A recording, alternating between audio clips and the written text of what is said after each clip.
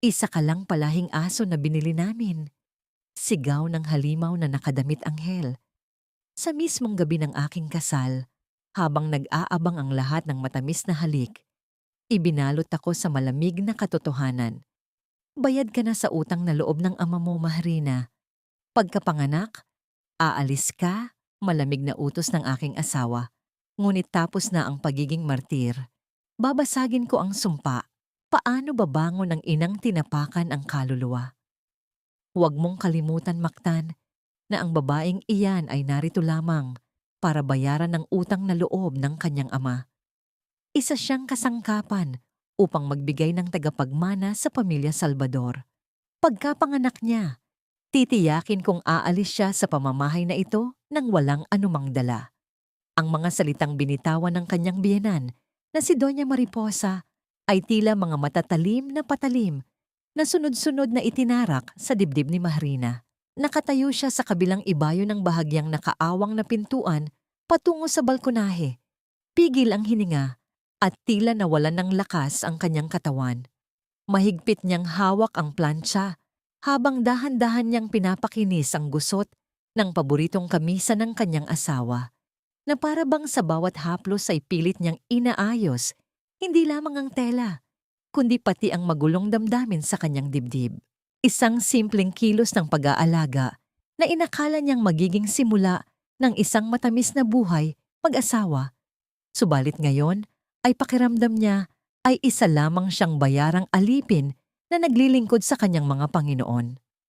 Ang init na nagmumula sa bakal ng plansa ay walang panama sa nakakapasong lamig na unti-unting gumagapang at nagpapatigas sa kanyang buong pagkatao. Ang gabi ng kanyang kasal na dapat sana ay puno ng pagmamahal at pangako ay napalitan ng isang malagim na katotohanan. Nag-abang siya ng pagtatanggol mula sa lalaking pinangakuan niya ng walang hanggang pag-ibig sa harap ng altar kaninang umaga. Nanalangin si Mahrina na sana ay itanggi ito ni Mactan, na sana ay ipaglaban siya ng asawa nito laban sa pang-aalipusta ng sariling ina. Subalit ang tanging tugon na umabot sa kanyang pandinig ay isang malalim na pagbuntong hininga na sinundan ng mga salitang dumurog sa kahuli-hulihang piraso ng kanyang pag-asa. Opo, Mama. Alam ko naman po iyan. Gagawin lang natin ang kailangan para sa pamilya. Nabitawan ni Mahrina ang hawakan ng plansa. Hindi na niya ininda ang hapdi ng bahagyang masagi ng kanyang balat, ang mainit na bakal. Mas masakit ang katotohanang ibinenta siya ng sarili niyang asawa dahil sa utang na loob. Umatras siya palayo sa pinto. Pakiramdam niya ay mabilis na umiikot ang buong silid habang ang kanyang lalamunan ay tila sinasakal ng hindi nakikitang mga kamay. Bawat paglunok niya ay may kasamang pait na tila lasa ng kalawang at luha. Ilang sandali pa ay bumukas ang malaking pintuang kahoy at pumasok si Mactan. Nakita nito ang pamumula ng mga mata ni Mahrina at ang pagtulo ng luha na hindi na niya napigilang kumawala. Sa halip na lumapit upang yakapin siya at humingi ng tawad sa nakitang kalungkutan ng asawa, dumilim ang mukha ng lalaki. Ikinunot nito ang noo, tila naiinis sa eksenang naabutan. Ano ba naman yan, Mahrina? Bakit ka umiiyak diyan? Gabi ng kasal natin, pero ganyan ang itsura mo. Malamig na sita ni Mactan habang marahas na hinuhubad ang kanyang sapatos. Narinig ko kayo ng mama mo sa balkonahe. Mactan? Nanginginig ang boses na sumbat ni Mahrina. Ang kanyang mga mata ay nagmamakaawa ng kahit kaunting paglilinaw. Kaya ba ako pinakasalan? Para lang maging paraan ng pagbabayad sa pagpapagamot kay Itay? Para lang maging palahian ng pamilya niyo? Nag-iwas ng tingin ng lalaki bago muling humarap sa kanya taglay ang isang mapanghusgang paningin. Huwag kang mag-inarte, Mahrina. Please lang, pagod ako. Alam mo naman kung gaano kalaki ang utang ng pamilya mo sa amin. Ang buhay ng ama mo ay binili ng pera ng mga Salvador. Konting tiis lang para kay Mama. Hindi ba pwedeng gawin mo na lang ang papel mo ng walang reklamo? This is for the family. Be grateful na binigyan ka namin ng magandang buhay dito.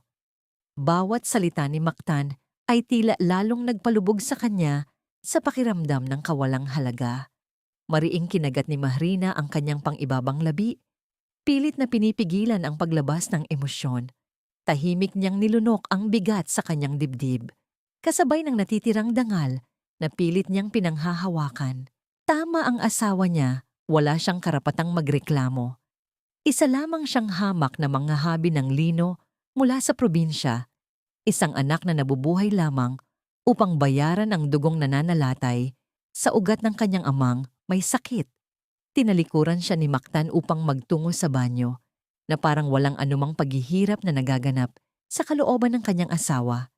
Naiwan si Mahrina sa gitna ng malawak at marangyang silid na tila naging isang ginintuang hawla. Dahan-dahan siyang lumapit sa paanan ng kama kung saan nakalatag ang kanyang simpleng bestida de kasal. Isa itong murang tela na hinabi pa ng kanyang yumaong ina. Maingat niya itong itinupi. Dinama ng kanyang mga nanginginig na daliri ang magaspang na burda, tila humihingi ng yakap at lakas sa alaala ng kanyang ina. Pagkatapos ay inilagay niya ito sa pinakailalim ng kanyang lumang maleta. Kasabay ng pagtatago niya sa damit ay ang tahimik na paglilibing niya sa kanyang sariling pagpapahalaga at sa pangarap ng isang masayang pamilya. 3 marahang katok mula sa pinto ang bumasag sa mabigat na katahimikan.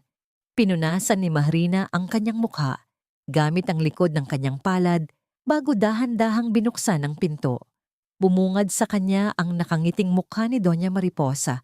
Isang ngiting punong-puno ng tamis, ngunit hindi kailanman umaabot sa mga mata nito. Sa kamay ng matanda ay may nakapatong na isang baso ng mainit na gatas sa ibabaw ng isang pilak na bandehado. Inumin mo ito, Hija. Malambing ngunit may nakatagong diin na utos ng Donya. Isang espesyal na gatas iyan para lumakas ang iyong katawan. Kailangan nating siguruhin na malusog at walang depekto ang magiging apo ko. Ayoko nang mahina sa pamilya Salvador. Tinanggap ni Mahrina ang bandehado ng nakayuko, hindi makuhang salubungin ang nakakapasong titig ng kanyang biyenan. Opo, Doña Mariposa. Salamat po. Mama, call me Mama.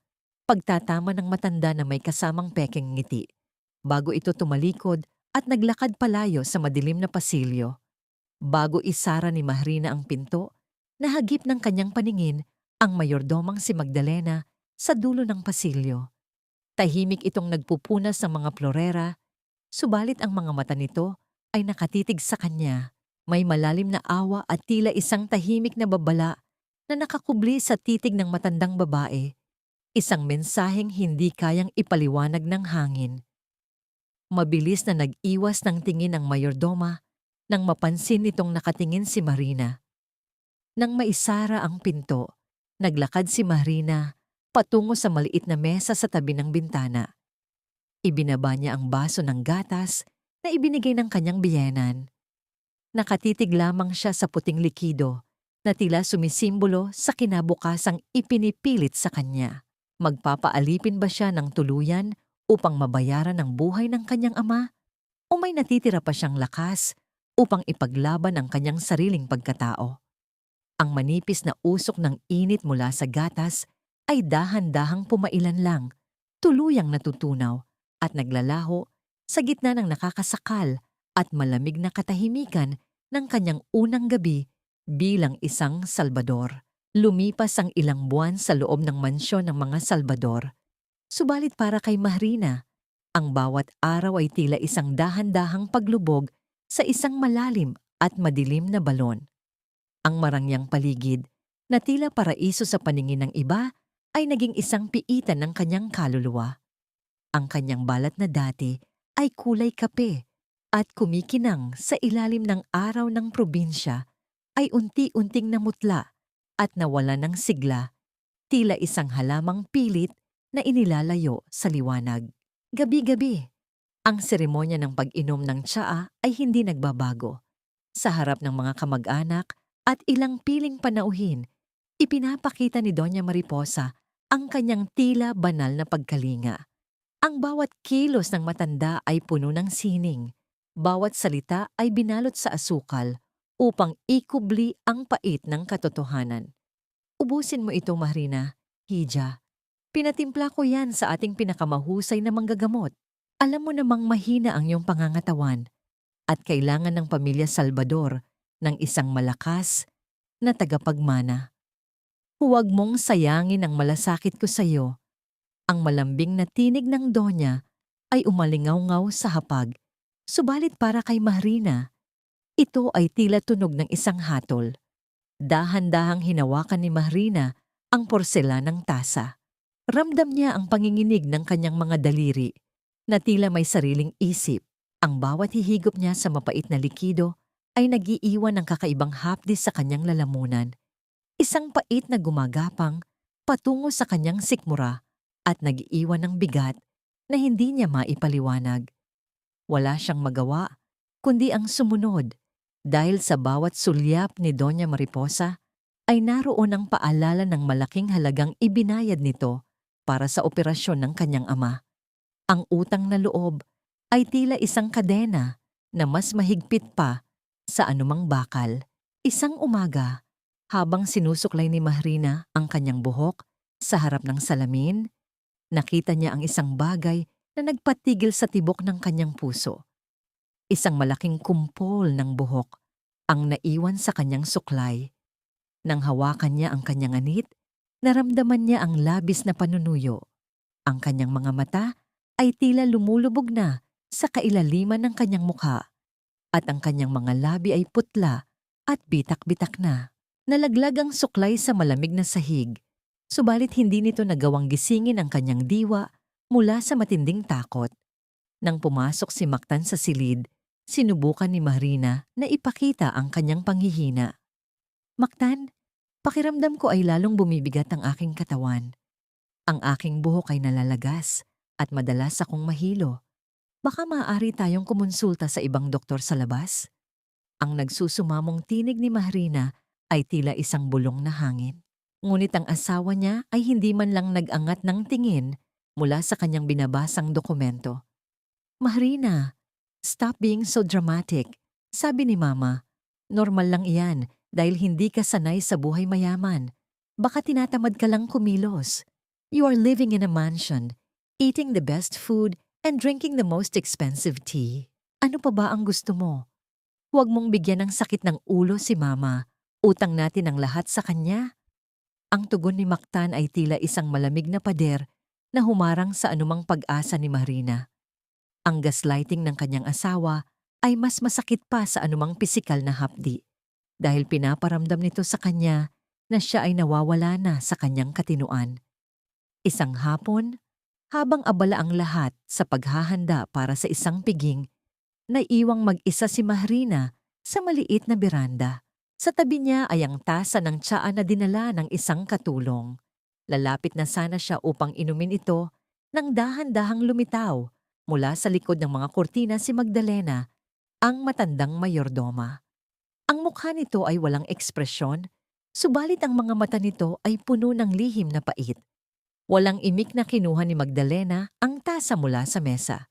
Sa isang mabilis at tahimik na kilos, ibinuhos ng matanda ang maitim na likido sa paso ng isang malagong gumamela sa gilid ng beranda. Nagulat si Mahrina at akmang magsasalita, ngunit mabilis na inilagay ni Magdalena ang kanyang hintuturo sa mga labi, hudyat ng pananahimik. Kinabukasan, nang dumaan si Mahrina sa parehong lugar, napatigil siya sa kilabot. Ang gumamela na dati ay puno ng buhay at kulay pula ang mga bulaklak ay naging itim at tuyot na. Ang mga dahon nito ay tila nasunog mula sa loob at ang sanga nito ay marupok na parang matandang buto. Walang tunog na lumabas sa bibig ni Mahrina, ngunit ang kanyang buong katawan ay nanginginig sa takot. Hindi lamang ito tsaa, ito ay isang lason na unti-unting pumapatay sa kanyang pagkatao. Sa gitna ng kanyang pagka-shock, isang biglaang pagbaliktad ng kanyang sikmura ang naramdaman ni Mahrina. Tumakbo siya patungo sa banyo at doon ay inilabas ang lahat ng kanyang kinain. Habang nakahawak sa malamig na lababo, naramdaman niya ang isang kakaibang pintig sa kanyang sinapupunan. Isang pintig na hindi sa kanya, isang munting buhay na pilit kumakapit sa gitna ng panganib. Napansin niya ang kalendaryo sa dingding. 2 buwan na siyang hindi dinadalaw ng kanyang buwanang daloy.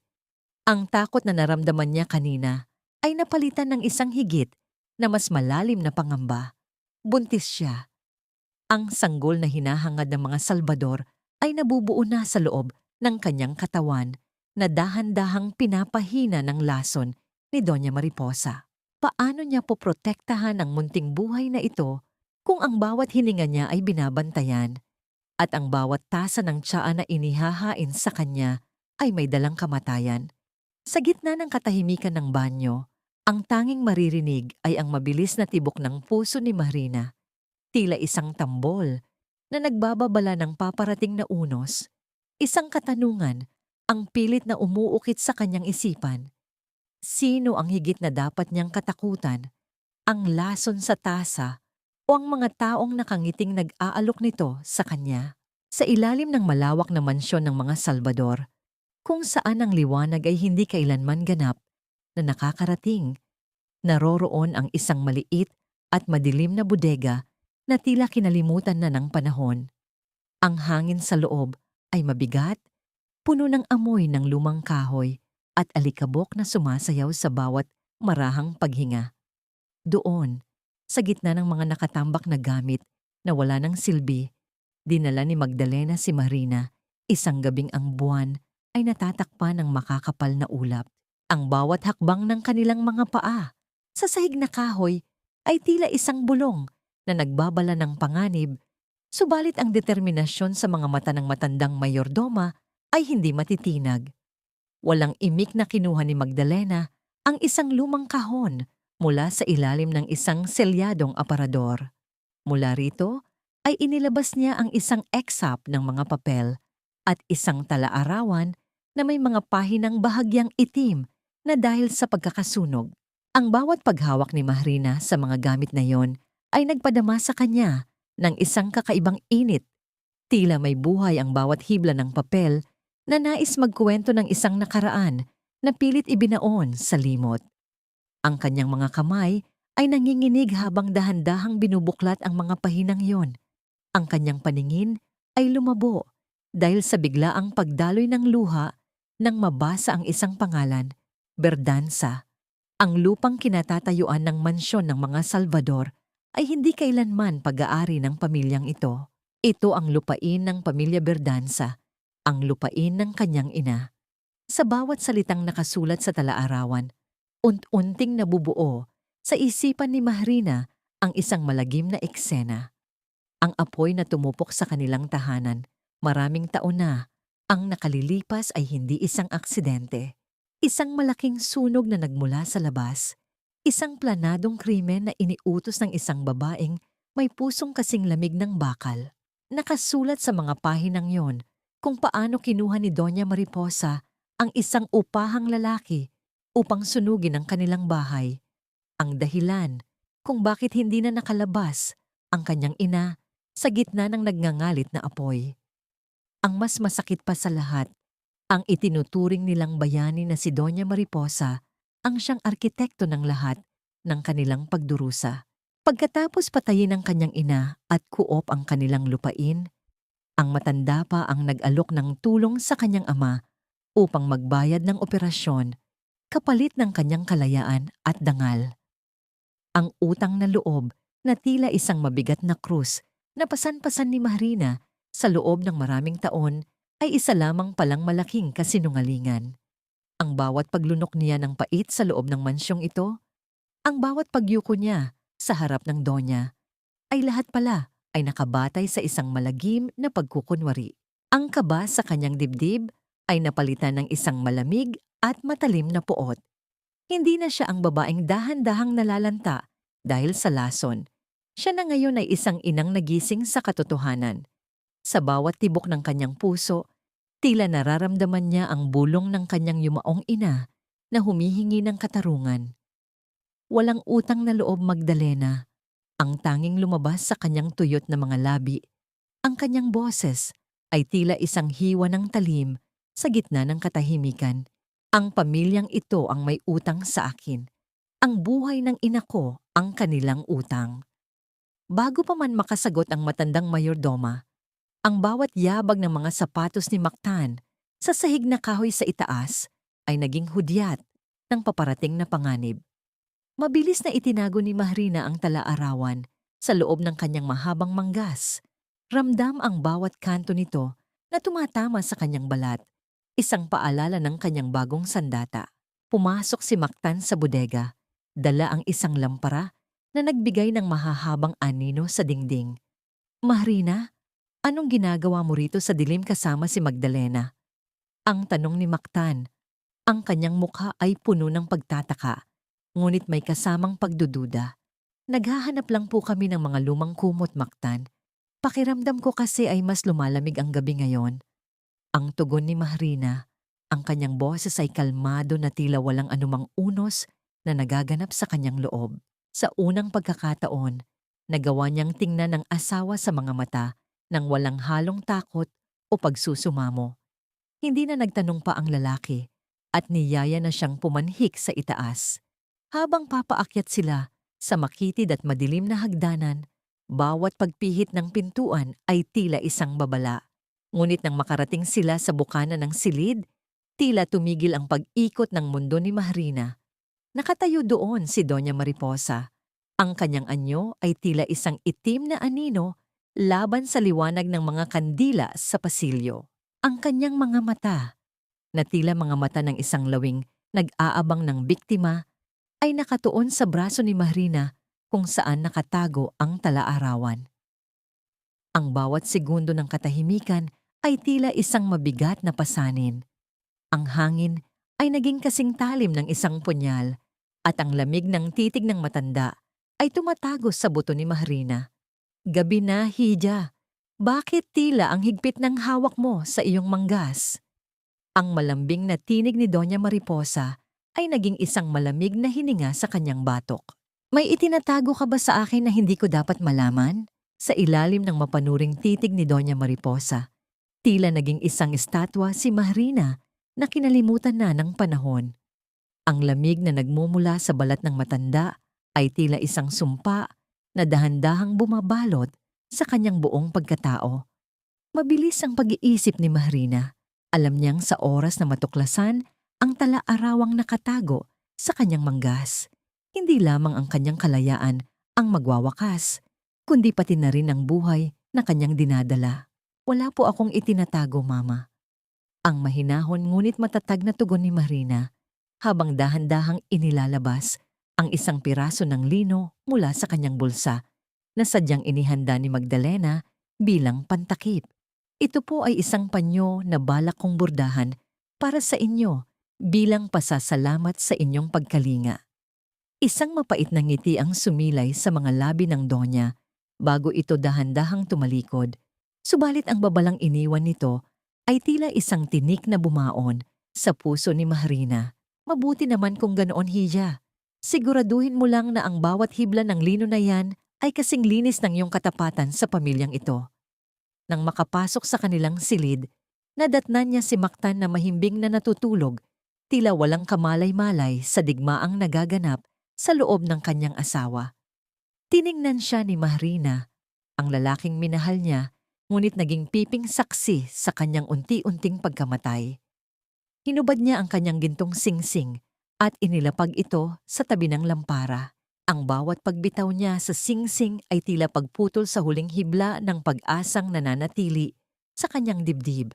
Dumating ang kinabukasan na may kasamang malagim na balita mula sa radyo. Itinaas na ang signal number 3 sa lalawigan ng Batangas. Ang langit ay binalot ng makakapal at maitim na ulap. At ang bawat pagyanig ng kalupaan, dahil sa malalakas na kulog, ay tila hudyat ng isang napipintong trahedya. Ito na ang pagkakataong hinihintay nila ni Magdalena. Bago ang takdang oras ng pagtakas, sa pilitang pinapirma ni Doña Mariposa si Mahrina sa isang dokumentong legal. Sa harap ng kanilang abogado, ang bawat dulas ng panulat sa papel ay tila pagpirma sa sarili niyang hatol. Ibinibigay ng dokumentong yon ang lahat ng karapatang medikal ng sanggol sa pamilya Salvador sa oras na siya ay manganak. Sa sandaling iyon, Naramdaman ni Mahrina ang isang matalim na hapdi sa kanyang sinapupunan. Ang munting buhay sa loob niya ay tila nagpupumiglas, tila sumisigaw na huwag siyang isuko. Nang sumapit ang malalim na gabi at ang hangin ay naging kasing bagsik ng isang nagngangalit na halimaw, sinimulan ni Mahrina ang kanyang huling paglalakbay sa loob ng mansyon. Sa tulong ni Magdalena, nakalabas siya sa likurang pintuan. Ang bawat patak ng ulan ay tila mga karayom na tumutusok sa kanyang balat at ang bawat pag-ihip ng hangin ay tila nagtatangkang tangayin siya pabalik sa kanyang piitan. Dinala siya ng kanyang mga paa sa gilid ng isang matarik na bangin na humaharap sa nagngangalit na dagat. Doon, ayon sa plano, hinubad niya ang kanyang puting bestida na sadyang binahiran ni Magdalena ng dugo ng hayop. Ang pulang likido na humahalo sa tubig ulan ay tila mga talulot ng rosas na nalalanta sa gitna ng unos. Iniwan niya ang kanyang mga tsinelas sa gilid ng bangin, isang sadyang bakas ng isang desperadong pagtalon. Paalam, Mahrina, ang bulong niya sa sarili, habang ang kanyang dating pagkakakilanlan ay tila nilalamon na ng dilim at alon. Sa kabilang dako, ang pagsigaw ni Magdalena sa loob ng mansyon ay naging sapat upang gisingin ang buong kabahayan. Ang matanda ay nagkunwaring nakakita ng isang aninong tumatakbo patungo sa bangin. Isang dula-dula ang binuo mula sa pagmamahal at malasakit. Habang ang pamilya Salvador ay abala sa paghahanap sa kanyang bangkay sa gitna ng ulan, si Mahrina ay nakasakay na sa isang tinitiris at lumang bus na bumabaybay sa madilim na kalsada papalayo sa Batangas. Ang bawat pagtalbog ng sasakyan ay nagdudulot ng hapdi sa kanyang katawan. Ngunit ang bawat kilometrong nadaragdag sa kanilang layo ay tila isang malalim na paghinga ng kalayaan. Subalit sa gitna ng isang liblib na pasikot-sikot sa kabundukan, ang makina ng bus ay dahan-dahang humina hanggang sa tuluyan itong tumigil.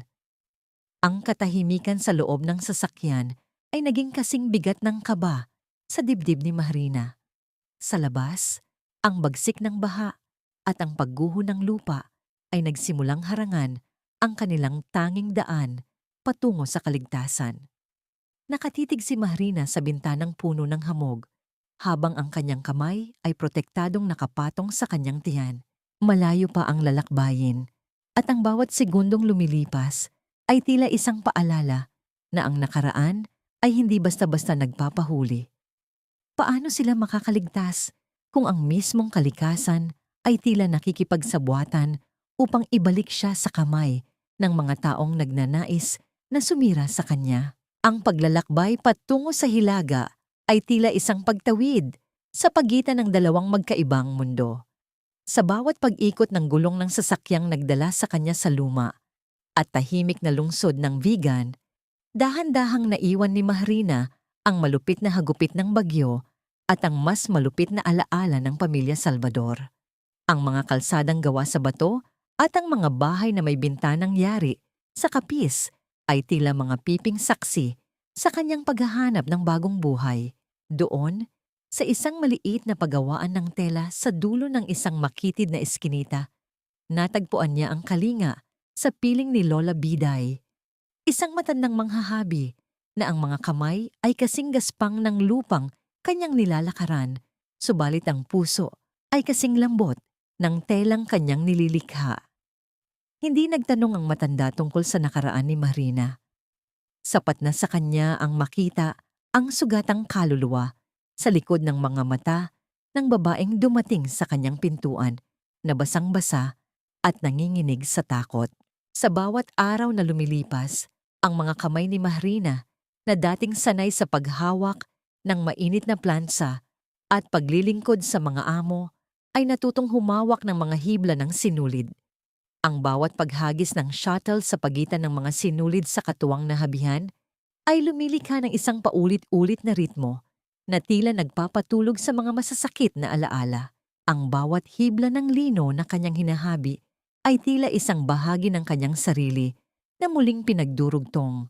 Dahan-dahang binubuo ang isang pagkataong dati ay pinag-ira-ira ng pait at panlilinlang. Dumating ang panahon ng Kapaskuhan at ang malamig na simoy ng hangin sa Vigan ay napuno ng halimuyak ng puto bumbong at bibingka. Sa gitna ng pagtunog ng mga kampana para sa simbang gabi, naramdaman ni Mahrina ang unang matinding hapdi sa kanyang sinapupunan. Sa ilalim ng liwanag ng mga makukulay na parol na nakasabit sa bintana, isinilang niya ang isang sanggol na babae na may mga matang tila bituin sa dilim. Nang marinig niya ang unang iyak ng bata, naramdaman ni Mahrina ang isang uri ng kaligayahang tila isang malakas na agos na tumatangay sa lahat ng kanyang paghihirap. Malia, ang mahinang bulong ni Mahrina habang idinidikit ang kanyang pisngi sa malambot na balat ng anak. Ang pangalan mo ay Malia dahil ikaw ang aking liwanag at ang aking kaligtasan. Lumipas ang 3 taon. Ang maliit na syongdet ni Lola Biday ay naging tahanan ng pag-asa. Si Mahrina ay hindi na ang mahiyaing mga habi. Siya ay naging isang matatag na ina na ang bawat patak ng pawis ay iniaalay para sa kinabukasan ng kanyang anak. Ang bawat ngiti ni Malia, ang bawat hakbang nito sa kalsadang bato, at ang bawat salitang lumalabas sa munting bibig nito ay tila mga gamot na nagpapahilom sa mga pilat sa puso ni Mahrina. Nakahanap siya ng kapayapaan sa gitna ng kahirapan, isang uri ng kayamanang hindi kailanman mabibili ng pera ng mga Salvador. Isang hapon, habang nag-aayos si Mahrina ng mga natapos na tela para sa isang mamimili, napansin niya ang isang punit at lumang pahayagan na ginamit na pambalot sa ilang kagamitan. Ipapantong na sana niya ito sa tabi ng mahagip ng kanyang paningin ang isang pamilyar na pangalan sa isang sulok ng pahina. Ang papel ay marumi na at may mga mantsa ng langis, subalit malinaw pa ring mababasa ang pamagat ng balita. Ang nag-iisang tagapagmana ng pamilya Salvador, labis na nagdadalamhati sa pagkawala ng asawa, ngayon ay dinapuan ng isang malubhang karamdaman. Tila tumigil ang pagdaloy ng dugo sa mga ugat ni Mahrina. Ang bawat salita sa artikulo ay tila mga multong bumangon mula sa kanyang nakaraan. Nakasulat doon na si Mactan Salvador ay unti-unti nang nauubos ang lakas dahil sa isang sakit na hindi maipaliwanag ng mga doktor, at ang buong pamilya ay nasa gitna ng matinding krisis dahil sa kawalan ng susunod na pinuno. Ang matandang Doña Mariposa ay balisa na sa paghahanap ng anumang paraan upang maisalba ang kanilang pangalan. Nabitawan ni Mahrina ang telang lino na kanyang hawak. Ang kapayapaang pinaghirapan niyang buuin sa loob ng 3 taon ay tila isang manipis na salamin na biglang nagkaroon ng malaking lamat. Tumingin siya sa labas ng bintana kung saan masayang naglalaro si Malia sa ilalim ng puno ng nara. Ang bata ay may mga katangiang pisikal na hindi maikakaila. Ang hugis ng mata at ang paraan ng pagngiti na tila isang anino ni Mactan. Sa gitna ng katahimikan ng hapon, isang malakas na hangin ang umihip. Pinalipad ang lumang pahayagan sa sahig. Isang katanungan ng pilit na bumabagabag sa kanyang isipan. Isang katanungang tila isang tinik na ayaw bumitaw. Kung malalaman ng mga Salvador na ang kanilang tanging pag-asa ay buhay at humihinga sa isang liblib na sulok ng bigan, ano ang gagawin nila upang bawiin ang munting buhay na ito mula sa kanyang mga bisig? Ang bango ng kapayapaan ay tila isang pamilyar na samyo na nananahan sa bawat sulok ng maliit na silid ni Mahrina sa bigan. Ang amoy ng bagong pinitas na bulaklak ng damong dagat at ang malinis na halimuyak ng nilagyan ng gawgaw na telang lino ay nagbibigay ng pakiramdam ng isang tahanang tunay. Sa loob ng 3 taon, ang bawat pagbagsak ng kahoy sa kanyang habihan ay lumilikha ng isang maayos na ritmo ng katiwasayan, malayo sa kaguluhan ng Batangas na dati ay sumasakal sa kanyang pagkatao. Ang kanyang mga kamay, bagaman may mga bakas ng pagod at kalyo mula sa paghabi, ay tila muling nabuhay sa bawat hibla ng sinulid na kanyang hinahawakan. Sa gitna ng paghahanda para sa nalalapit na fiesta ng lungsod, ang vegan ay balot ng makukulay na banderitas na sumasayaw sa ihip ng hanging amihan. Ang mga nota mula sa mga instrumentong tanso ng banda ay maririnig na naglalakbay sa pagitan ng mga bahay na bato, nagdadala ng masayang balita sa bawat pinto. Si Mahrina ay abala sa pag-aayos ng kanyang mga gawang kumot at punda sa isang maliit na stall sa tapat ng plaza. Sa kanyang tabi, ang 3 taong gulang na si Malia ay masayang naglalaro. Ang kanyang malutong na tawa ay tila isang awit na nagpapalimot sa lahat ng pait ng nakaraan.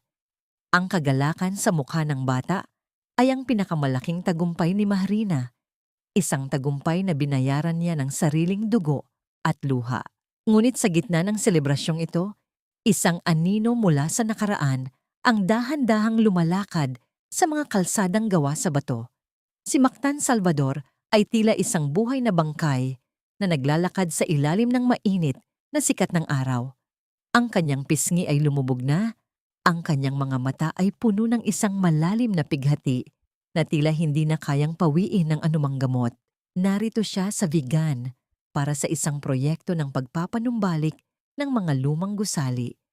Isang pagtatangkang takasan ang nakakasakal na pag-aalaga ng kanyang ina at ang multo ng asawang inakala niyang namatay sa gitna ng bagyo. Ang bawat paghinga niya ay may kasamang bigat ng pagsisisi, isang parusang daladala niya sa bawat sandali ng kanyang buhay.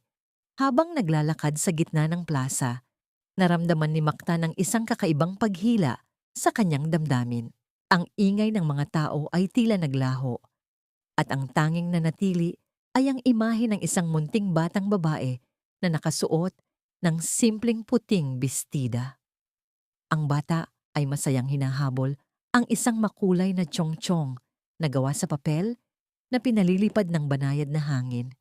Sa isang pagkakataon, ang laruan ay nalaglag at gumulong sa paanan ni Mactan. Tumigil ang bata sa pagtakbo at tumingin sa kanya nang may halong pag-aalinlangan, subalit may kasamang inosenteng ng ngiti. "Mister, help po, may toy." Ang mahinang boses ni Malia ay tila isang kuryenteng gumising sa natutulog na puso ni Mactan. Dahan-dahang yumuko si Mactan at kinuha ang laruan. Nang iabot niya ito sa bata, naramdaman niya ang isang uri ng kilig na matagal na niyang kinalimutan. Isang koneksyong hindi maipaliwanag. Umupo ang bata sa gilid ng isang malaking paso upang ayusin ang kanyang tsinelas na natanggal. Doon, sa ilalim ng liwanag ng araw, malinaw na nakita ni Mactan ang got ng paa ng bata. Isang maliit na balat na hugis ng isang gasuklay na buwan ang nakaukit sa balat ni Malia. Ang tanda ng pamilya Salvador na tanging ang mga tunay na kadugo lamang ang nagtataglay. Tila tumigil ang pag-ikot ng mundo ni Mactan. Ang kanyang paghinga ay naging mababaw at mabilis. Ang kanyang mga kamay ay nagsimulang manginig sa matinding pagkagulat.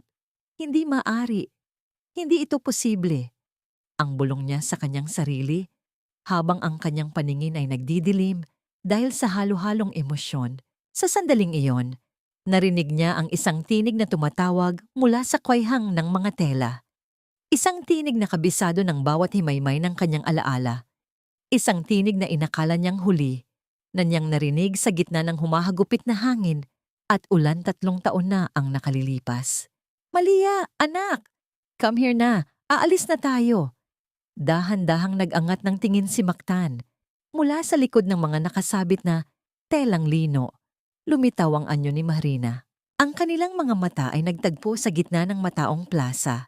Tila isang pagsabog ng katotohanan na nagpabagsak sa lahat ng pader ng kasinungalingan. Ang tiyong-tiyong sa kamay ni Malia ay patuloy na umiikot, subalit ang lahat sa paligid nila ay naging kasing tahimik ng isang sementeryo. Sa gitna ng masayang fiesta, ang pinakakinatatakutang unos ni Mahrina ay muling nagbabalik. Dala ang isang katanungang wawasak sa kanyang muling binuong mundo. Hanggang kailan mo kayang itago ang katotohanan sa lalaking ama ng iyong anak? Tila tumigil ang pag-ikot ng mundo Sa gitna ng mataong plaza ng vegan, ang masayang tugtugan ng banda at ang malakas na usapan ng mga tao ay naging isang malabong ingay na lamang sa pandinig ni Mahrina. Ang bawat hibla ng kanyang pagkatao ay binalot ng isang matinding panginginig nang magtagpo ang kanilang mga mata. Ang mga matang dati ay tanging liwanag ng kanyang buhay, subalit ngayon ay nagpapaalala lamang ng bawat hapdi at lason na kanyang tinalikuran. Mahrina, buhay ka? Paanong? Ang tinig ni Mactan ay tila isang gasgas na plaka, mahina at nanginginig sa matinding gulat. Ang kanyang mga kamay na dati ay makinis at puno ng kapangyarihan ay tila nawalan ng buto habang dahan-dahan siyang humahakbang palapit. Ang kanyang mukha ay tila isang mapa ng pagdurusa, puno ng mga luhang hindi na niya napigilang bumagsak nang makita ang asawang inakala niyang nilamon na ng dagat. Sa isang mabilis at mabangis na kilos, hinila ni Mahrina si Malia patungo sa kanyang likuran. Ang kanyang mga bisig ay nagsilbing isang matatag na pader na naghihiwalay sa kanyang anak mula sa anino ng pamilya Salvador. Huwag kang lalapit, Mactan. Huwag mong susubukang hawakan ang anak ko. Ang bawat salita ni Mahrina ay tila isang hiwa ng matalim na lino, malamig at walang bahid ng pag-aalinlangan. Anak ko rin siya, Mahrina. Nakita ko ang tanda sa kanyang paa. Bakit? Bakit mo ito ginawa sa akin? Bakit hinayaan mong mabuhay ako sa impyerno ng pagsisisi sa loob ng 3 taon? Isang marahas na hikbi ang kumawala sa dibdib ni Mactan habang dahan-dahan siyang lumuluhod sa harap ni Mahrina. Hindi inaalintana ang mga matang nakatingin sa kanila sa gitna ng fiesta. Isang mapait na tawa ang kumawala sa mga labi ni Mahrina, isang tawang puno ng pait na tila lasa ng kinalawang na bakal. Impyerno? Huwag mo akong kausapin tungkol sa impyerno, Mactan. Nakalimutan mo na ba ang bawat gabi na pinapanood mo akong uminom ng lason na ibinibigay ng iyong ina? Ang bawat sandali na nakiusap ako sa iyong protektahan mo ako, ngunit pinili mong maging bingi at bulag dahil lamang sa utang na loob? Napaatras si Mactan. Ang kanyang mukha ay namutla na tila isang telang nawala ng kulay. Anong lason? Mahrina, hindi ko alam. Sabi ni Mama, gamot yon para sa iyong kalusugan. At naniwala ka naman dahil isa kang duwag. Ang tinig ni Mahrina ay gumaralgal sa matinding emosyon. Ang kanyang mga kamay ay mahigpit na nakakuyom hanggang sa mabaon ang kanyang mga kuko sa sariling palad. Ang bawat tasa ng tsaa na yon ay may halong touch-tin. Unti-unti ninyo akong pinapatay habang ang tanging iniisip ninyo ay ang bata sa loob ng aking sinapupunan. Hindi ako tumakas para sa aking sarili. Mactan, tumakas ako dahil kung nanatili ako, patay na kaming 2 ng anak mo sa kamay ng iyong banal na ina. Tila binuhusan ng malamig na tubig si Mactan. Ang lahat ng mga pagdududa na dati ay pilit niyang isinasantabi ay biglang nabigyan ng malagim na kasagutan. Ang mga gamot, ang pagkakahilo ni Mahrina, at ang biglaang pagkamatay ng mga halaman sa mansyon, lahat ay dahan-dahang nagtagni-tagni sa kanyang isipan. Ang kaniyang paghanga sa kaniyang ina ay gumuho na parang isang bahay na buhangin sa harap ng katotohanang ibinato ni Mahrina. Dahan-dahang iniabot ni Mactan ang kanyang kamay. Sinusubukang hawakan ang laylayan ng damit ni Mahrina, isang kilos ng pagsusumamo na tila isang batang naliligaw. Patawarin mo ako, Mahrina. Patawarin mo ako. Hindi ko alam. Please, hayaan mo akong bumawi sa inyo. Subalit walang bakas ng awa sa mga mata ng babae. Wala ka nang dapat balikan, Mactan. Ang babaeng kilala mo ay namatay na sa bangin ng Batangas. Ang babaeng nasa harap mo ay isang ina na gagawin ng lahat upang hindi mo na muling madungisan ang buhay ng kanyang anak. Umalis ka na bago ko pa makalimutan na ama ka ng batang ito. Tumalikod si Marina at binuhat si Malia.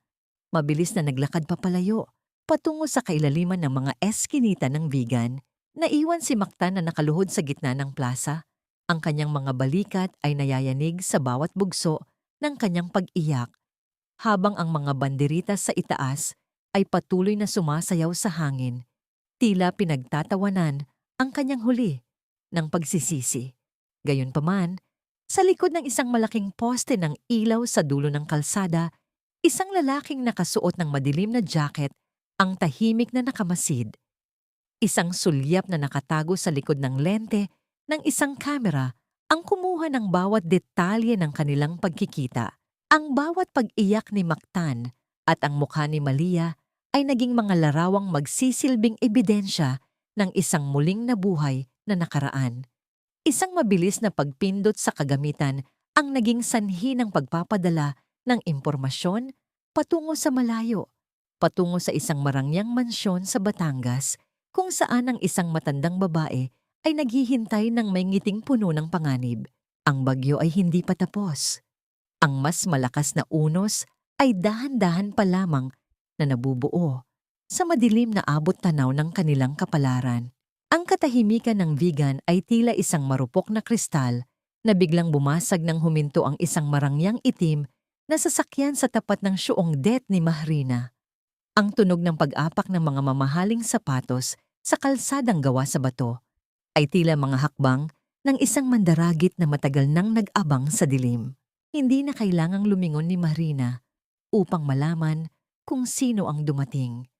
Ang amoy ng mamahaling pabango na humalo sa amoy ng sinulid ay sapat na upang magpabilis sa tibok ng kanyang puso sa matinding kaba at puot. Bumukas ang pinto ng syuong det at pumasok si Doña Mariposa. Kasunod ang dalawang lalaking nakasuot ng pormal na barong at may hawak na mga dokumentong tila mga hatol ng kamatayan.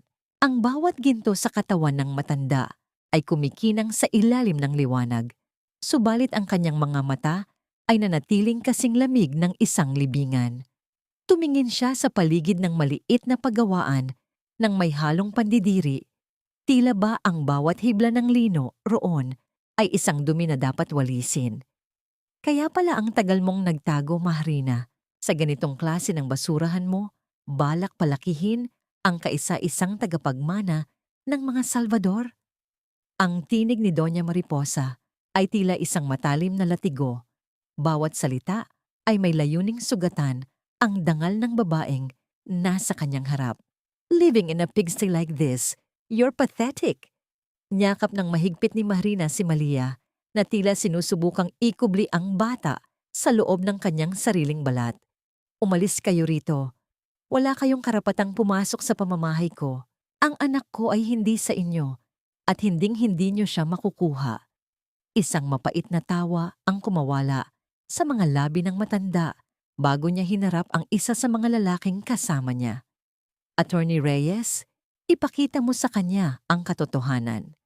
Inabot ng abogado ang isang eksapi ng papel kay Mahrina. Ang bawat titik na nakasulat doon ay tila mga anay na kumakain sa kanyang pag-asa. Ito ay isang Lentrio top mula sa Towa Anguilla Gin. Ang aking kliyente, si Doña Mariposa Salvador, ay nagsampa ng kaso upang bawiin ang quien nooy con sayo, ang mga basehan. Fraud, dahil sa palsipikadong pagkamatay na ginawa mo sa Batangas, at child neglect, dahil sa kakulangan mo ng kakayahang pinansyal upang bigyan ng bata ng marangal na buhay. That's gaslighting. You're making it look like I'm the criminal when you're the one who tried to kill me. Ang boses ni Mahrina ay nanginginig sa matinding uwat. Ang kanyang mga mata ay nanlilisik sa galit. Sa sandaling iyon, pumasok si Mactan sa silid.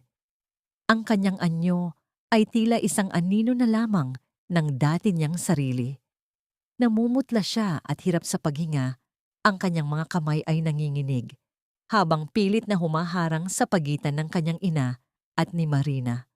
Mama, stop this! Umuwi na tayo sa Batangas. Sinabi ko na sa'yo, hindi ko sila gustong saktan. Tumahimik ka, Mactan. You are a disgrace. Ang marahas na sigaw ni Mariposa ay nagpatahimik sa buong silid. Wala kang silbi. Kung hindi dahil sa batang ito, ang pangalan ng mga Salvador ay maglalaho dahil sa karupukan mo.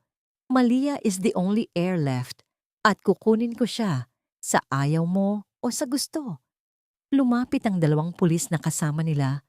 Ang tunog ng kanilang mga mabibigat na bota sa sahig ay tila isang babala ng paparating na unos. Sa kabila ng pagmamakaawa ni Mahrina at ang mahinang pagpigil ni Mactan, dahan-dahang kinuha ng mga awtoridad ang bata mula sa mga bisig ng ina.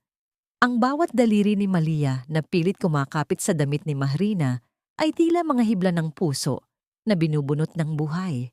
Mama! Mama, ayoko po! Ang bawat iyak ni Malia ay tila isang matalim na karayom na tumutusok sa kaluluwa ni Mahrina. Napaiyak si Mahrina ng malakas.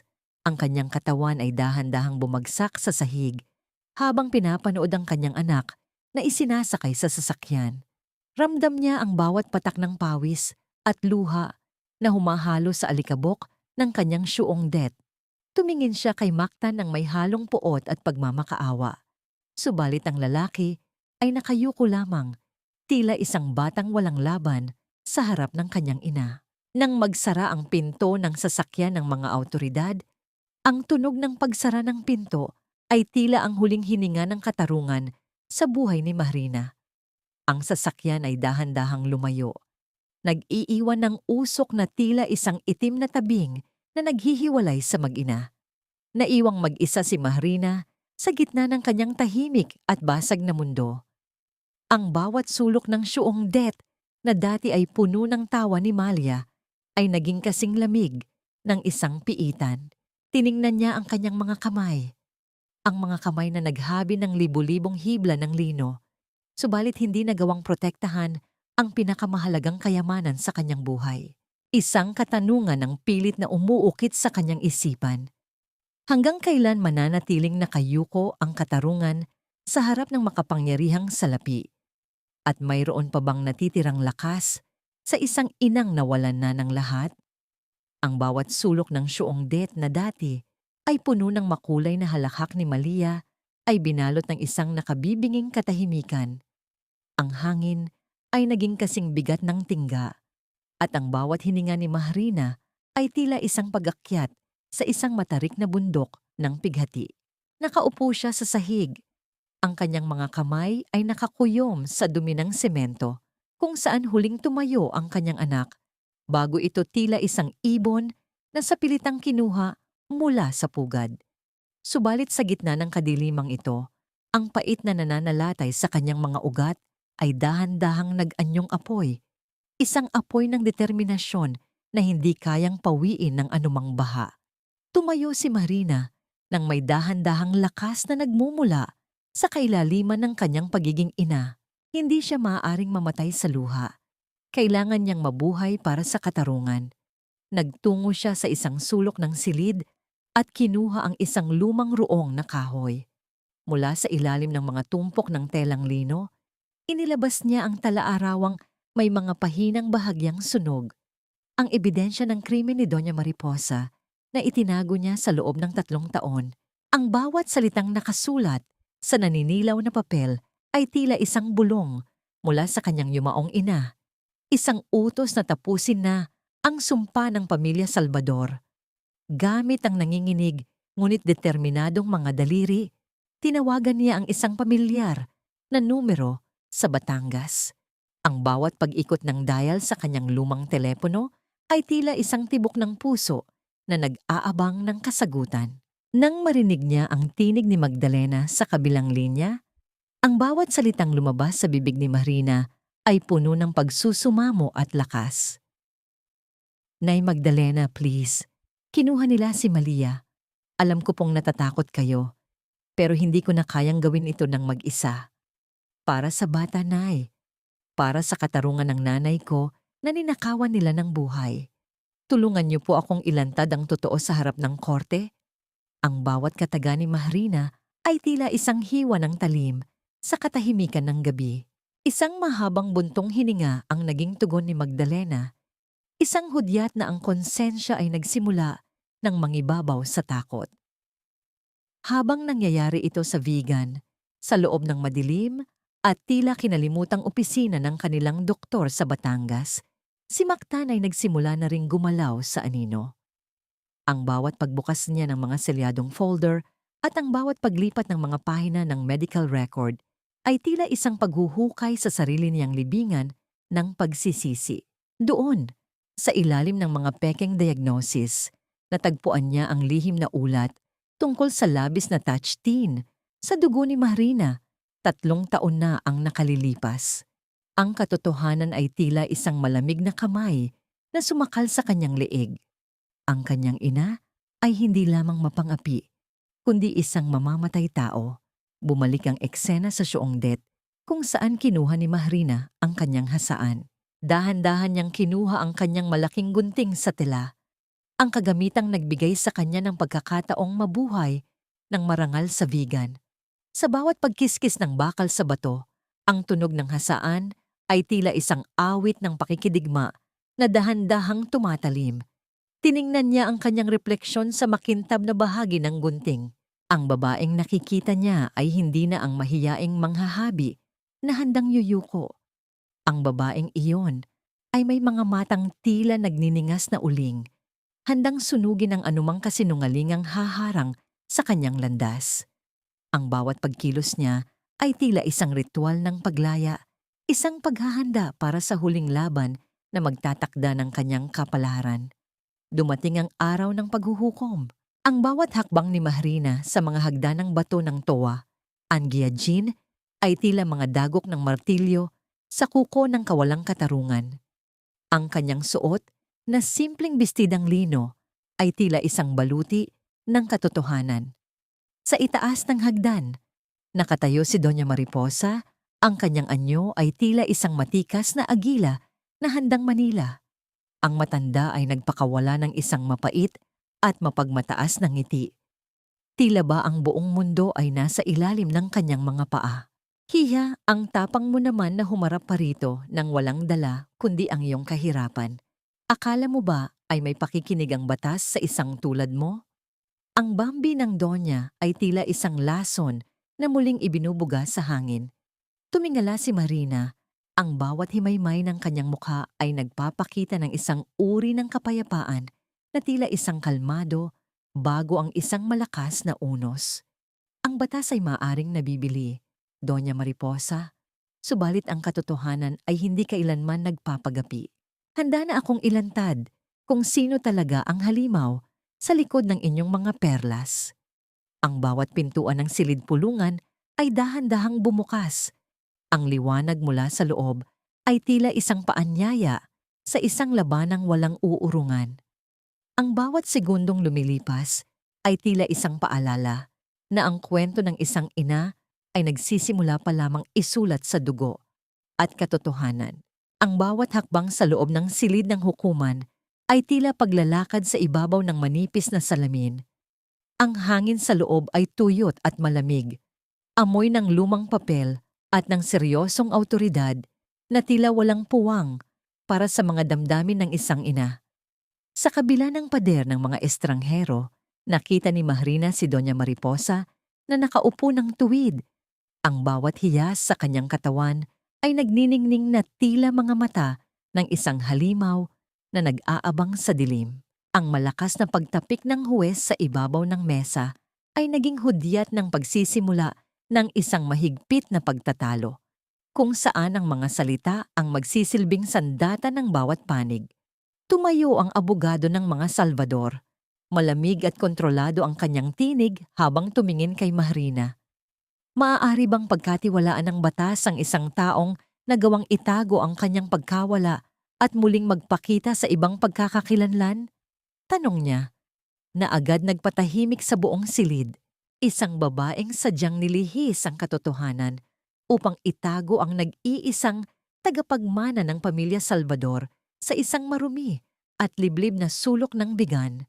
Your Honor, ang babaeng ito ay hindi lamang isang sinungaling, kundi isang banta sa kinabukasan ng bata.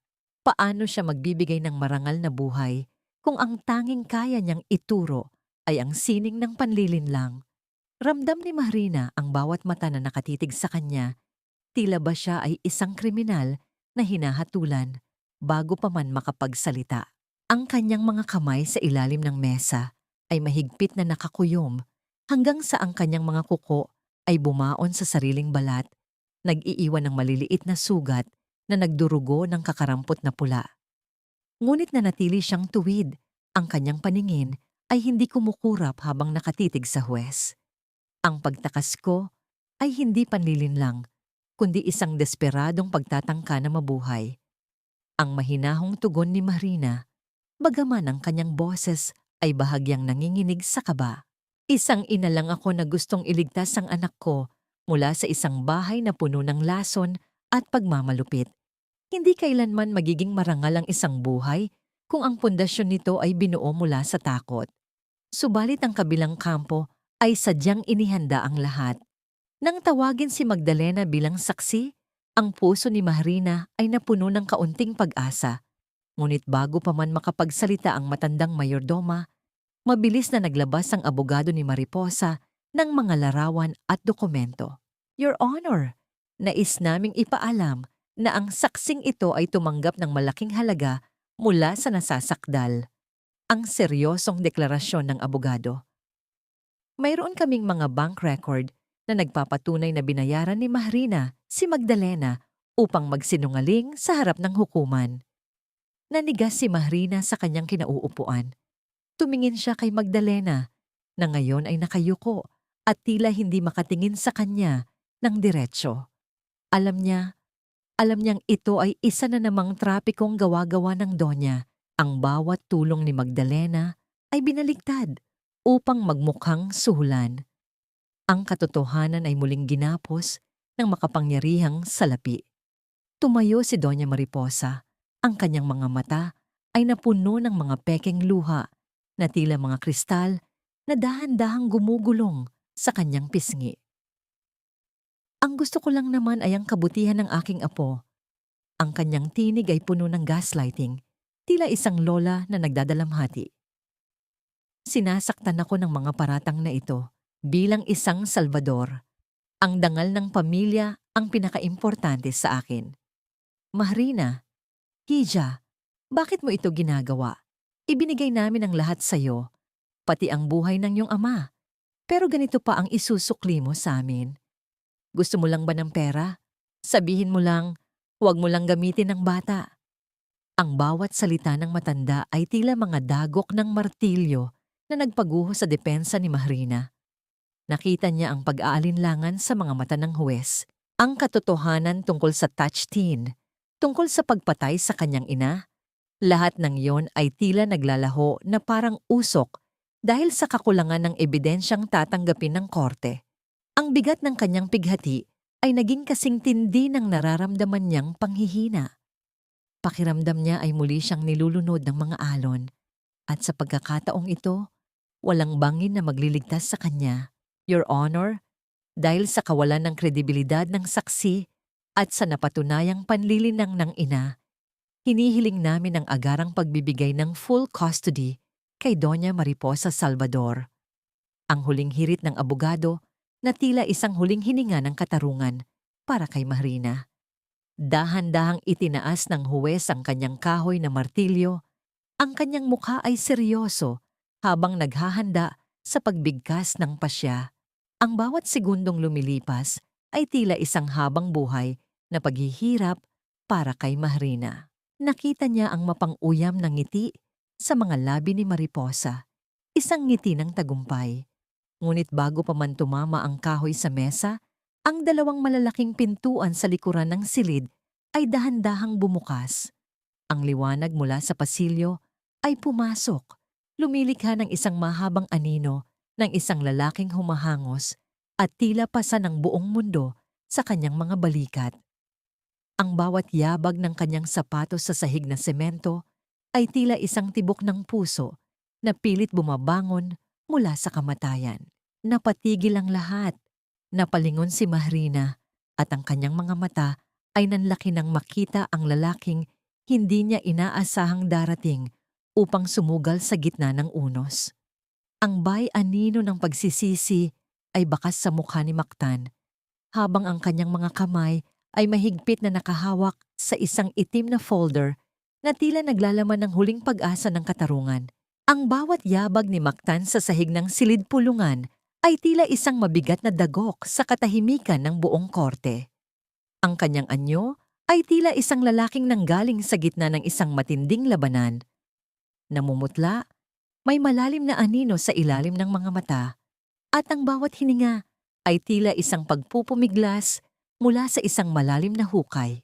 Sa kanyang mga kamay, ang itim na folder ay nanginginig, subalit ang kanyang pagkakahawak dito ay kasing higpit ng isang taong nakakapit sa huling hibla ng kanyang kaligtasan. Napatayo si Doña Mariposa. Ang kanyang mga mata ay nanlaki sa gulat na may halong panganib. Ang kanyang perlas sa leeg ay tila naninikip habang nakatitig sa anak na inakala niyang kontrolado niya sa ilalim ng kanyang mga daliri. Mactan, what are you doing here? You're sick? Umuwi ka na sa mansyon. Ang sigaw ng matanda na tila isang utos na binalot sa huwad na pag-aalala. Subalit sa unang pagkakataon, sa loob ng maraming taon, hindi yumuko si Mactan. Sa halip, nagpatuloy siya sa paglakad hanggang sa tapat ng huwes. Ang kanyang tinig, bagaman paos at gumaralgal, ay umalingaw-ngaw ng may kakaibang linaw sa bawat sulok ng silid. Your Honor, nais kong magbigay ng pahayag bilang saksi. Nais kong aminin ang sarili kong kasalanan at ang katotohanang pilit ibinabaon ng aking ina sa limot. Ang bawat salitang lumabas sa bibig ni Mactan ay tila isang matalim na gunting na gumugupit sa mga tanikala ng kasinungalingan. Inilahad niya ang folder sa harap ng hukuman.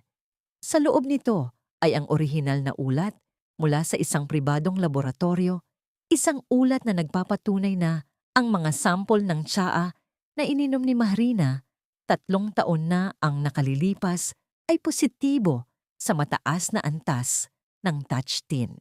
Inilabas din niya ang isang maliit na kagamitan sa pagre-record kung saan maririnig ang malamig na boses ni Doña Mariposa habang nakikipag-usap sa kanilang doktor ng pamilya. Nag-uutos na gawing normal ang lahat ng resulta ng pagsusuri ni Mahrina upang hindi ito maghinala. Your Honor, naging duwag ako. Ang pag-amin ni Mactan habang ang kanyang mga balikat ay nayayanig sabay ng kanyang pag-iyak. Hinayaan kong lasunin ng aking ina ang babaeng mahal ko dahil sa takot na masira ang dangal ng mga Salvador. Nanahimik ako habang unti-unti siyang namamatay. Ngunit hindi ko na kayang manahimik pa habang ninanakaw din namin ang kinabukasan ng sarili kong anak. Ang bawat himaymay ng mukha ni Doña Mariposa ay nagbago. Ang kanyang anyong anghel ay tuluyang naglaho, napalitan ng isang mukhang puno ng poot at kabiguan. Sinungaling ka, traidor. Pinapahiya mo ang sarili mong dugo para sa babaeng iyan. Ang marahas na sigaw ni Mariposa, habang ang kanyang mga kamay ay marahas na humampas sa mesa, dahilan upang tumilapon ng ilang gamit sa sahig. Ang kanyang boses ay tila isang nagngangalit na hayop na nasokol sa sulok, nawalan na ng anumang bakas ng pagiging marangal. Tiningnan ni Mactan ang kanyang ina nang may malalim na awa bago muling humarap sa huwes. Huwag na nating linlangin ang ating mga sarili, Mama. Tapos na ang imperyo mo. Handa rin akong harapin ang anumang kasong isasampa laban sa akin bilang kasabwat sa pananahimik. At bilang pagpapatunay ng aking pagsisisi, formal kong tinatalikuran ang aking karapatan sa lahat ng yaman at ari-arian ng mga Salvador. Ibinibigay ko ang lahat sa isang bahay ampunan at sa pamilya Berdanza na ninakawan mo ng buhay. Lumingon si Mactan kay Mahrina. Sa pagitan ng kanilang mga mata, ang distansya ng 3 taon ng pighati ay tila naglaho sa loob ng isang saglit. Nakita ni Mahrina sa mga mata ni Mactan ang lalaking minahal niya noon. Isang lalaking bagaman huli na ay natutong lumaban para sa tama. Ang bawat luhang dumadaloy sa pisngi ni Mactan ay tila isang gamot na nagpapahilom sa ilang bahagi ng sugatang puso ni Mahrina. You're free now, Mahrina, ang pabulong na sabi ni Mactan na tila isang pangakong tinutupad sa harap ng langit. Walang utang na loob na magtatali sa'yo. Malaya ka na. Dahan-dahang itinaas ng huwes ang kanyang martilyo. Sa pagkakataong ito, ang tunog ng pagtama ng kahoy sa mesa ay tila isang malakas na hudyat ng pagtatapos ng isang mahabang gabi. Ang katarungan, na dati ay tila isang malabong anino, ay biglang nagkaroon ng hugis at liwanag. Agad na lumapit ang mga opisyal ng pulisya kay Doña Mariposa. Ang bawat pag-ikot ng bakal ng kong sutam sa kanyang mga pulso ay tila isang huling nota sa isang kanta ng kasamaan. Habang inilalabas ang matanda sa silid, ang kanyang mga hiyaw ay unti-unting humina sa pasilyo.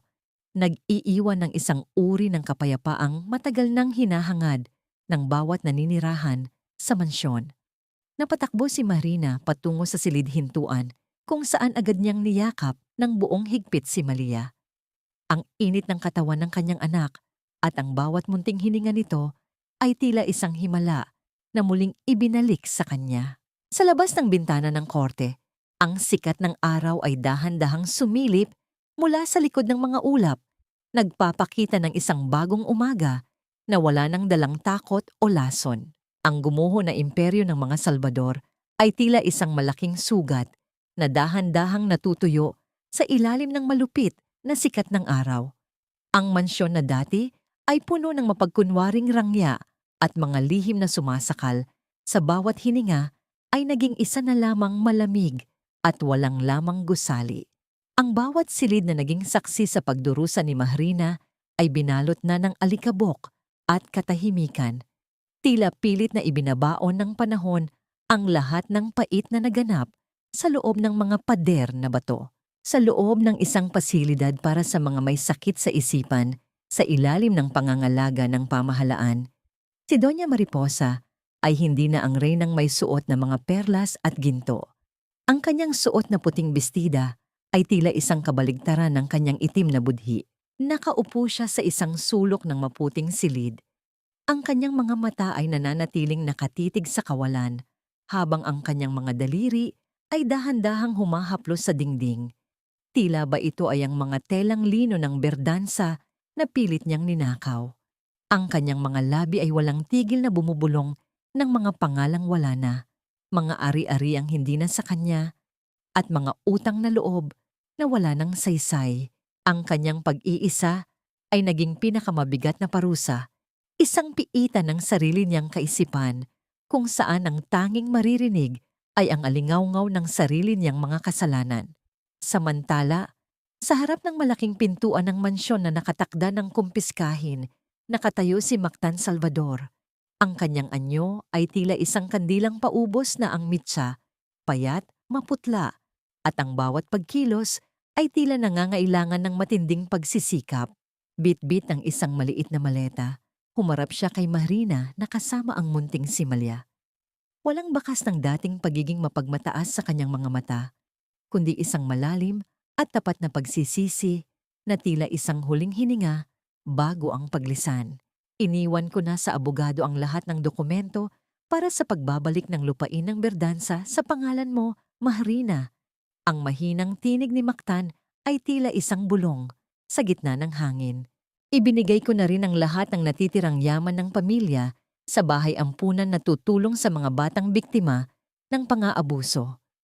Wala na akong itatira para sa sarili ko, dahil ang tanging kayamanan na gusto kong baunin ay ang katotohanang nagawa ko ring tumayo para sa inyo bago ang lahat ay huli na. Tiningnan ni Mahrina ang lalaking minsan niyang naging asawa at naging sanhi ng kanyang matinding pighati. Nakita niya ang bawat luhang dahan-dahang gumugulong sa pisngi ni Mactan, mga luhang tila naghuhugas sa mga bahid ng nakaraan. Saan ka pupunta, Mactan? Ang mahinang tanong ni Mahrina. Ang kanyang boses ay wala ng halong galit, kundi isang uri ng malungkot na kapayapaan. Luluwas ako ng bansa para sa aking gamutan, Mahrina. Hindi ko alam kung gaano pa katagal ang ibibigay sa akin ng langit, pero gusto kong gastusin ang bawat sandali sa pananalangin at paghahanap ng sariling kapatawaran. Hindi ko na kayo gagambalain pa. I want you to be happy, truly happy with Malia. Huwag mo nang hahayaang may anumang utang na loob na magtali sa iyong kalayaan. Ang tugon ni Mactan habang dahan-dahang humahakbang palayo. Bago siya tuluyang mawala sa paningin, lumingon si Mactan at tiningnan ng kanyang anak. Ang munting si Malia ay nakahawak sa kamay ng kanyang ina. Ang inosenteng mukha ay tila isang liwanag na hindi kailanman nagapi ng dilim. Isang pilit na ngiti ang sumilay sa mga labi ni Mactan, isang pagpapaalam na punong-puno ng pagmamahal at pagpapakumbaba. Bago siya dahan-dahang nilamon ng anino ng papalubog na araw, naiwang mag-isa si Mahrina sa harap ng mansyon. Inilabas niya mula sa kanyang bulsa ang isang piraso ng papel. Ang lumang kasunduan ng utang na loob na naging kadena niya sa loob ng maraming taon. Kinuha niya ang kanyang lighter at dahan-dahang sinilaban ang dulo ng papel.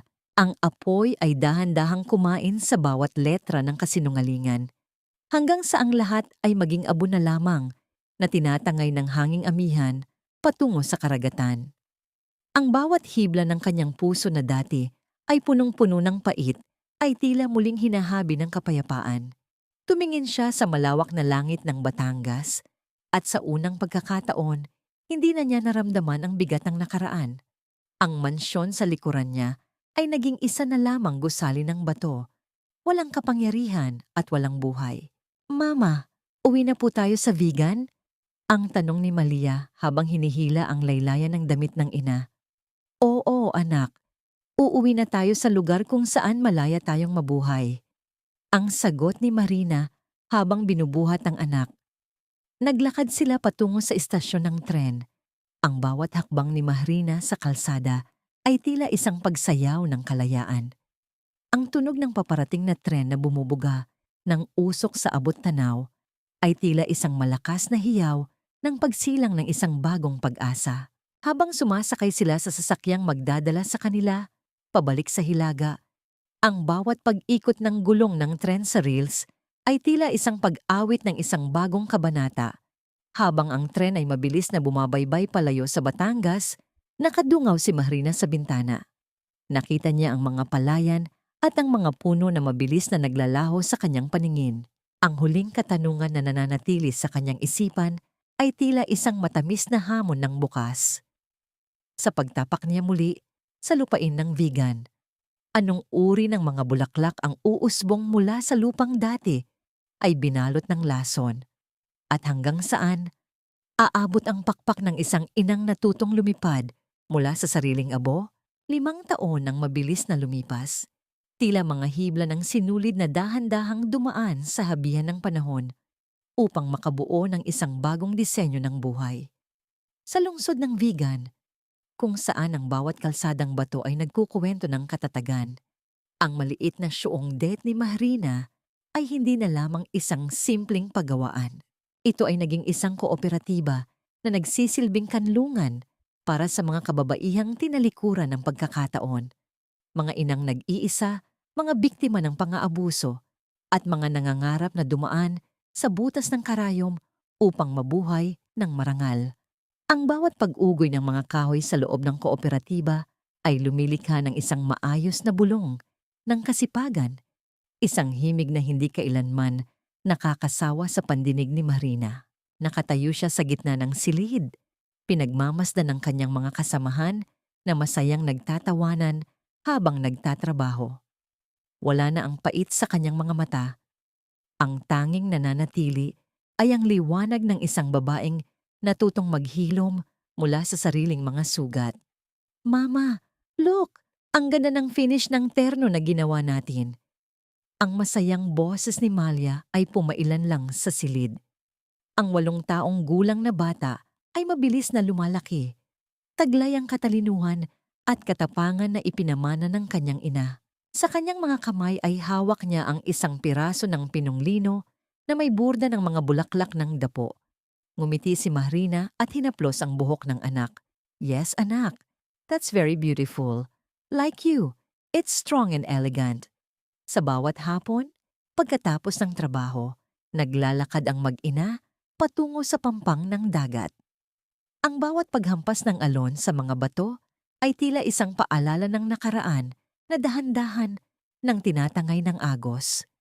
Madalas pa ring makatanggap si Mahrina ng balita mula sa Batangas. Si Doña Mariposa ay nananatiling bilanggo ng sarili niyang isipan sa pasilidad. Isang matandang kinalimutan na ng mundong pilit niyang kinontrol. Si Mactan naman, ayon sa huling balitang natanggap niya, ay namayapa na ng may kapayapaan sa isang monasteryo sa ibang bansa matapos ang mahabang pakikipaglaban sa sakit. Hindi na naramdaman ni Mahrina ang hapdi sa balitang yon. Sa halip, isang tahimik na panalangin ang kanyang inialay para sa kaluluwa ng lalaking nagbigay sa kanya ng huling susi ng kalayaan. Huminto si Mahrina sa gilid ng dalampasigan habang ang araw ay dahan-dahang lumulubog. Nagkukulay ginto ang buong abot tanaw. Inilabas niya mula sa kanyang bulsa ang isang maliit na pelos na kahon. Sa loob nito ay ang gintong singsing mula sa pamilya Salvador, ang huling simbolo ng kanyang pagkakagapos sa isang kasinungalingan. Sa loob ng maraming taon, itinatago niya ito dahil sa takot na baka may bahagi pa ng kanyang puso ang naghahanap ng nakaraan. Subalit sa sandaling iyon, ramdam ni Mahrina ang ganap na katahimikan. Napatawad na niya ang kanyang sarili sa pagiging mahina noon. Napatawad na niya ang tadhana sa malupit na biro nito. At higit sa lahat, pinalaya na niya ang kanyang kaluluwa mula sa multo ng puot. Dahan-dahan niyang kinuha ang singsing at sa isang malakas, ngunit kalmadong kilos, inihagis niya ito sa gitna ng nagngangalit na alon. Ang paglubog ng ginto sa kailaliman ng asul na tubig ay tila ang huling tuldok sa isang kabanata ng kanyang buhay na hindi na niya kailanman babalikan. Malaya na ako, inay, ang pabulong na sabi ni Mahrina sa hangin. Tila kinakausap ang kaluluwa ng kanyang ina na ngayon ay muling nagmamay-ari ng lupain ng Berdansa. Ang bawat paghinga ni Mahrina ay naging kasinggaan ng bulak. Ang tunay na halaga ng isang babae ay hindi nasusukat sa haba ng kanyang pagtitiis sa ilalim ng pang-aapi, kundi sa lakas ng kanyang loob na dumaan sa apoy upang dumanas ng pagbabago. Ang utang na loob na dati ay isang lason, ay napalitan ng tunay na pagmamahal sa sarili at sa anak. Nang dahan-dahang maglaho ang huling sinag ng araw, naglakad ang mag-ina pabalik sa kanilang tahanan. Ang bawat bakas ng kanilang paa sa basang buhangin ay dahan-dahang binubura ng dagat, nagbibigay daan sa isang malinis at bagong landas na sila mismo ang dumisenyo. Sa gitna ng katahimikan ng gabi, ang tanging maririnig ay ang matatag na hakbang ng isang inang natutong humabi ng sariling kaligayahan mula sa mga punit na bahagi ng kanyang nakaraan.